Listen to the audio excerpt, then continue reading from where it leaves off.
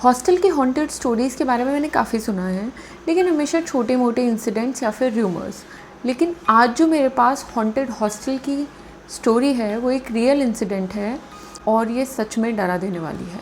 जो इंसिडेंट हुआ था, मेरी एक फ्रेंड है जो कि कॉलेज में मेरी जूनियर थी, उनकी बड़ी बहन के साथ। जिनके साथ ये इंसिडेंट हुआ है उनका नाम है निशा। तो निशा और जो मेरी फ्रेंड है, ऑब्वियसली दोनों सिबलिंग्स हैं, और वो दोनों दिल्ली में रहती थी अपने पेरेंट्स के साथ और दादा दादी के साथ रेंट पे। बच्चों के एजुकेशन के लिए लोग वहाँ रह रहे थे, लेकिन लैंडलॉर्ड ने अचानक घर खाली करने के लिए बोल दिया किसी पर्सनल रीज़न की वजह से, जिसकी वजह से ये लोग दूसरी सिटी में आ गए जहाँ पर इनको, जो मेरी फ्रेंड है, उनका कॉलेज भी कराना था। लेकिन इनकी जो सिस्टर है, बड़ी बहन, उनको अपना कॉलेज कंप्लीट करना था, वो MBA के फाइनल ईयर में थी, जिस वजह से निशा दिल्ली में ही रह गई और ये सारे लोग वहाँ से मूव आउट कर गए और दूसरी सिटी में आकर रहने लगे। तो निशा कुछ महीनों के लिए एक हॉस्टल में रहने लगी।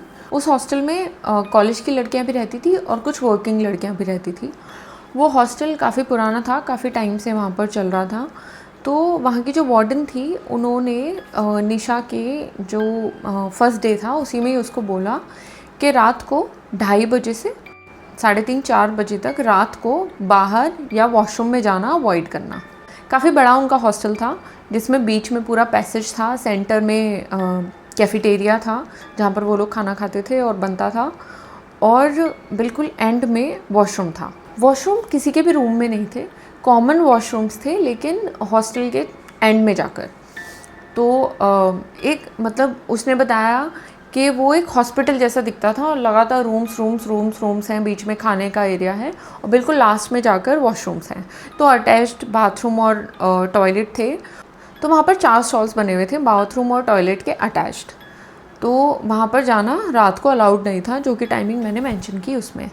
तो जिस एरिया में जो 3-4 रूम साथ में थे, उसमें और भी नई लड़कियाँ थी। और ऐसा होता है मोस्टली हॉस्टल में, जो पुरानी लड़कियां, उनका एक अलग ग्रुप बन जाता है, नई लड़कियों का अलग ग्रुप बन जाता है। तो इनके ग्रुप की बाकी लड़कियों ने कहा कि वार्डन ने मुझसे भी कहा है कि रात को नहीं जाना। तो they had a laugh about it कि भाई मतलब क्या मजाक है, ऐसा अभी भी होता है क्या, ये वो। कुछ दिन तो ऐसा कुछ नहीं हुआ, क्योंकि वो रात को उठी नहीं, तो उन्होंने कुछ भी अनयूजुअल एक्सपीरियंस नहीं किया। एक दिन ये लोग कैफेटेरिया में लंच कर रहे थे, तो वहाँ इनकी बात एक सीनियर से हुई, उन्होंने ये चीज़ मेंशन करी। तो सीनियर ने भी इनको जवाब में यही बोला कि अगर खुद को डराना नहीं चाहते, किसी के साथ यहाँ कुछ गलत तो नहीं हुआ हमारे सामने, लेकिन अगर खुद को डराना नहीं चाहते हो तो रात को तुम ना ही उठो तो अच्छा है, क्योंकि अगर तुम्हारी आँख भी खुल गई तो तुम्हें अजीब अजीब सी आवाज़ें सुनाई देंगी। तो उन्हें लगा कि सीनियर है तो ये भी हमारा मजाक ही उड़ा रही है, इसलिए जानबूझ के ऐसा बोल रही है हमें डराने के लिए। बात ख़त्म हो गई। अब क्या हुआ कि एक रात को 3-3:15 के करीब निशा की आँख खुली और वो वॉशरूम जाने के लिए रूम से बाहर निकली। उसकी रूममेट सोई हुई थी। हॉस्टल का एटमॉस्फेयर रात को अनयूजुअली साइलेंट था। मतलब उसको ऐसा फील हुआ जैसे हवा भी रुक गई हो, वहाँ कोई हवा की भी आवाज़ नहीं थी। वहाँ रात की खामोशी भी उसको बड़ी वियर्ड सी लगी। उसे लगा शायद पहले उसने ऐसी र्यूमर्स सुन ली हैं, तो उसका दिमाग ऐसे ही सोच रहा है। अब एक और बात थी कि वो जो वॉशरूम के 4 स्टॉल्स थे, उनमें से 3 ही वर्किंग में थे और जो 4th नंबर का था वो हमेशा बंद रहता था। चारों स्टॉल्स में नीचे गैप था गेट्स में, तो आप देख सकते हैं अगर कोई लाइट जलती है या नहीं। और जो वो 4th स्टॉल था वो हमेशा बंद रहता था। वार्डन से उन्होंने पूछा कि स्टॉल क्यों बंद है, तो उसने उनको डांट ही दिया कि तुम लोग यहाँ ज़्यादा सवाल जवाब मत करो, ये बंद ही रहेगा। तुम लोग को 3 स्टॉल्स दिए गए, उनको यूज़ करो। तो वो वॉशरूम पहुंची तो उसने देखा कि जो 4th स्टॉल है वो थोड़ा सा खोला हुआ है, उसमें इतना गैप है, उसकी लाइट भी जली हुई है, जो कि उन्होंने कभी जली हुई नहीं देखी। तो उसको लगा कि शायद ये ख़राब था तो ठीक हो गया होगा। वो 4th स्टॉल में नहीं गई, वो ये अपने 1st स्टॉल में गई। वो उसने दरवाज़ा अंदर से बंद कर लिया। कुछ सेकंड बाद उसके स्टॉल पर धीरे से नॉक हुआ। निशा ने कैजुअली बोला ऑक्यूपाइड, लेकिन कोई जवाब नहीं आया। कुछ सेकंड बाद फिर से नॉक हुआ, इस बार थोड़ा तेज़ नॉक हुआ। उसने इरिटेट होकर बोला 1 मिनट यार, लेकिन तभी उसकी नज़र स्टॉल के नीचे गई, नीचे जो गैप था। और उसने बताया कि उसकी हार्ट बीट इतनी ज़्यादा बढ़ गई और गला चोक हो गया ये देख के कि ठक ठक ठक तो हुई, लेकिन स्टॉल के नीचे तो उसने किसी के पैर देखे ही नहीं, और अभी भी किसी के पैर नहीं दिख रहे। और जब वो ये सोच रही थी, फिर से नॉक हुआ। निशा धीरे से उठी और उसने अपने डोर को अनलॉक किया। अब निशा जब बाहर निकली तो उसे एक और दरवाज़ा खुलने की आवाज़ आई। उसे लगा शायद वही लड़की होगी जो नॉक कर रही थी, उससे पूछेगी। जब उसने पीछे मुड़ के देखा तो उसने देखा कि उसके सामने ही जो 4th डोर है, जो जिसमें उतना गैप था, वो धीरे धीरे खुल रहा है। डोर तो खुल रहा है लेकिन उसे कोई दिखाई नहीं दिया। गूज़बम्स। अब निशा की और हालत ख़राब हो गई। उसने सोचा फटाफट यहाँ से बाहर निकलो। जैसे ही वो मेन डोर की तरफ पहुँची, उसे पीछे से एक आवाज़ आई, सुनना। निशा ने स्लोली पीछे मुड़कर देखा और लास्ट स्टॉल के डोर के पीछे एक पेल फेस दिखाई दिया। वो लड़की के एक साइड से बालों से पानी टपक रहा था और वो नॉर्मल जैसी नहीं लग रही थी। उसका चेहरा बिल्कुल सफ़ेद था। उस लड़की की आंखें बिल्कुल ब्लैक थी। वो बिना किसी ब्लिंक के लगातार निशा को देख रही थी। निशा जब उसको देख रही थी तो वो लड़की धीरे धीरे स्माइल करना स्टार्ट कर रही थी।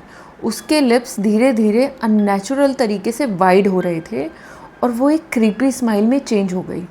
बस ये देखकर निशा पैनिक मोड में गेट से निकलकर सीधा अपने रूम में जाकर रुकी। उसने जाकर रूम को अंदर से लॉक कर लिया और जाकर अपनी रूममेट को उठाया।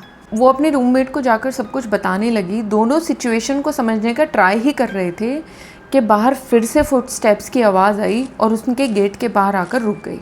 और फिर उनके गेट पर नॉक हुआ। बाहर से एक आवाज़ आई, निशा तुम्हारा फ़ोन वॉशरूम में ही रह गया था। लेकिन निशा ने देखा कि उसका फ़ोन तो बेड पर ही रखा था। और बाहर से फिर से आवाज़ आई, फ़ोन नहीं चाहिए क्या तुमको अपना? दोनों रूममेट्स चुप थी। फिर आवाज़ आई, डोर ओपन करो, अपना फ़ोन ले लो। निशा ने फट से बोल दिया, मेरा फ़ोन मेरे पास है, यहाँ से चली जाओ। और फिर शांति हो गई। किसी ने वहाँ से किसी के जाने की आवाज़ भी नहीं सुनी। ऐसा हो गया जैसे वहाँ कुछ हुआ ही ना हो। दोनों बहुत ज़्यादा डर गई थी। वार्डन वहीं पर नीचे एक रूम में रहती थी और दोनों ने वार्डन को रात को ही कॉल कर दिया था। लेकिन वार्डन ने रात को ऊपर आने से मना कर दिया और उन दोनों को भी रूम से बाहर निकल के जाने के लिए मना किया। दोनों पूरी रात सो नहीं पाई और एक ही बेड पर दोनों बैठकर बस सिचुएशन को समझने की कोशिश ही करती रही, एक दूसरे से डिस्कस करती रही और हनुमान चालीसा सुनती रही। सुबह वार्डन उन दोनों के रूम में आई। पास के 2 रूम्स की लड़कियां भी वहां आ गई थी।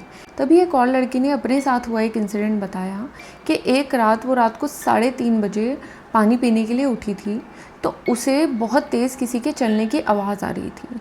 उसे ऐसा लग रहा था कि कोई एक डोर से दूसरी डोर की तरफ बहुत तेज़ तेज़ चल के जा रहा है और उसे थोड़ी सी गिगलिंग की आवाज़ भी आ रही थी।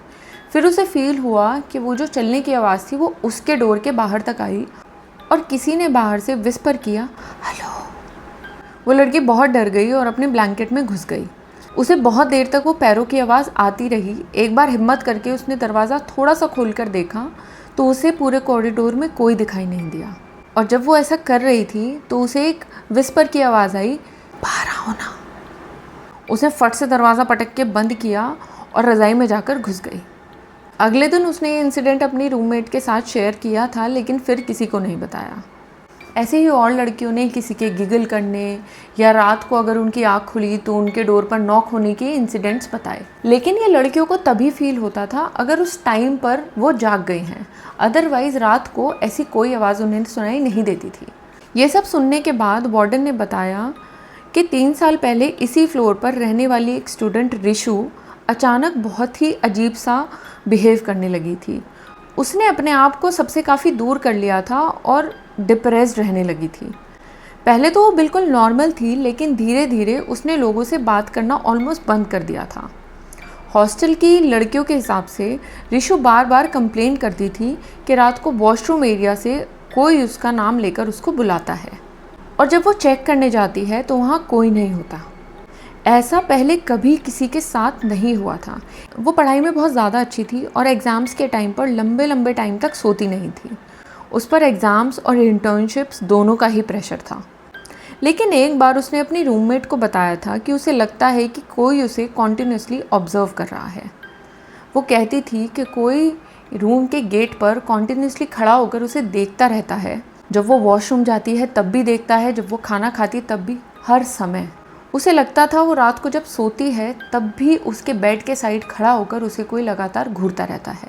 उसकी रूममेट उसे हमेशा यही एडवाइस करती थी कि तुम्हें अपनी नींद पर ध्यान देना चाहिए, सोने की कोशिश करनी चाहिए, तभी तुम ठीक हो सकती हो। लेकिन वक्त बीतते बीतते रिशु की हालत और ज़्यादा ख़राब होती जा रही थी।